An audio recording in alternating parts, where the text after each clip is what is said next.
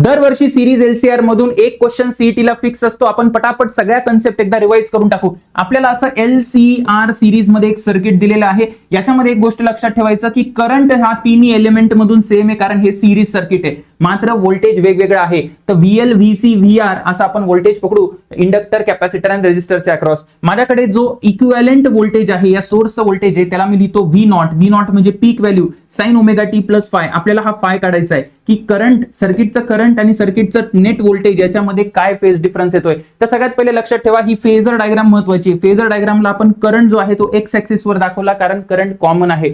आता हा जो रेजिस्टर आहे, रेजिस्टर आणि करंट सोबत सोबत चालतात, त्यांच्यामध्ये काही फेज डिफरन्स नसतो, म्हणून आपण डायरेक्ट 0 डिग्री फेज घेऊ शकतो. मात्र इंडक्टरचं जे व्होल्टेज आहे ते करंटला लीड करतं बाय 90 डिग्री. कॅपॅसिटरचं व्होल्टेज आहे ते करंटला लॅग करतं बाय 90 डिग्री. म्हणजे कॅपॅसिटरमध्ये करंट लीड करेल 90 नी आणि इंडक्टरमध्ये व्होल्टेज लीड करेल 90 नी. त्याच्यानंतर आपण मानलं की VL is greater than VC आणि VC ला आपण वरती आणलं, VL मायनस VC करून टाकलं. याला नेट वेक्टर ऍडिशन करायला याला आपण इकडे पॅरलली शिफ्ट करू. हे झालं VL मायनस VC, हे आहे सर VR. या दोघांचा जर पायथागोरस थेरमने निकाल लावला आपण तर आपल्याला येईल net voltage is equal to under root of VL minus VC चा स्क्वेअर प्लस VR चा स्क्वेअर. याचा अर्थ जेव्हा पण तुम्हाला व्होल्टेज दिले असतील क्वेश्चन मध्ये तेव्हा डायरेक्ट ऍड करायचं नाही. जर मला विचारलं LCR चं व्होल्टेज किती आहे तर डायरेक्ट ऍड करायचं नसतं, तर याला या फॉर्म्युल्याने तुम्ही सबस्टिट्यूट करा. सर इथे V नेट काय? V net is nothing but याचं पीक व्होल्टेज, सर्किटचं पीक व्होल्टेज आहे. दुसरी गोष्ट आपल्याला हा फाय विचारतात, कारण आपल्याला फाय काढायचा आहे. तर या ट्रायंगल मधून जर बघितलं तर tan phi is equal to येईल VL minus VC upon R, height upon base.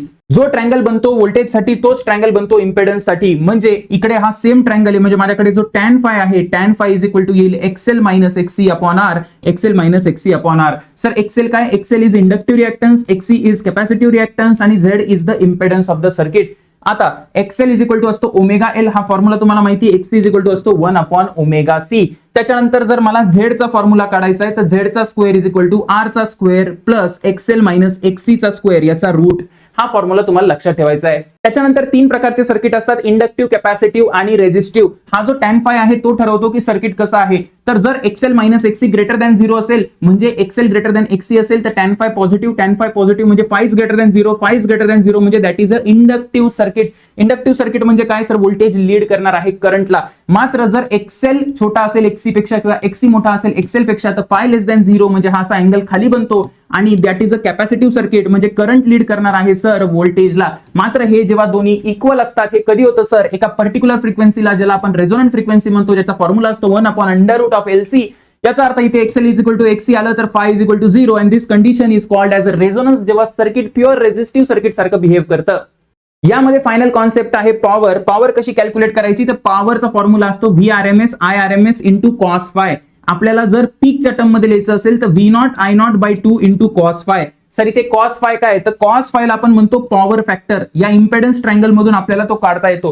Cos phi म्हणजे काय आहे सर? हा बेस अपॉन हायपोटेनियस म्हणजे R अपॉन Z. आता तुम्हाला एक गोष्ट लक्षात ठेवायची आहे की पॉवर कधी मॅक्सिमम असते ही सीईटी विचारेल. तर पॉवर तेव्हा मॅक्सिमम असेल जेव्हा phi इज इक्वल टू 0 असेल. phi 0 असला तर cos phi मॅक्सिमम असतो. म्हणजे पॉवर तेव्हा मॅक्सिमम असेल जेव्हा रेझोनन्स असेल. रेझोनन्सला phi इज इक्वल टू 0 असतो. त्याच्यानंतर सर पॉवर मिनिमम कधी असते? पॉवर 0 कधी असते? सर्किट केव्हा पॉवर कंझ्युम करत नाही? तर तेव्हा कंझ्युम करत नाही जेव्हा cos phi 0 असेल, कारण इथे cos phi 0 झाला तर पॉवर 0 होईल.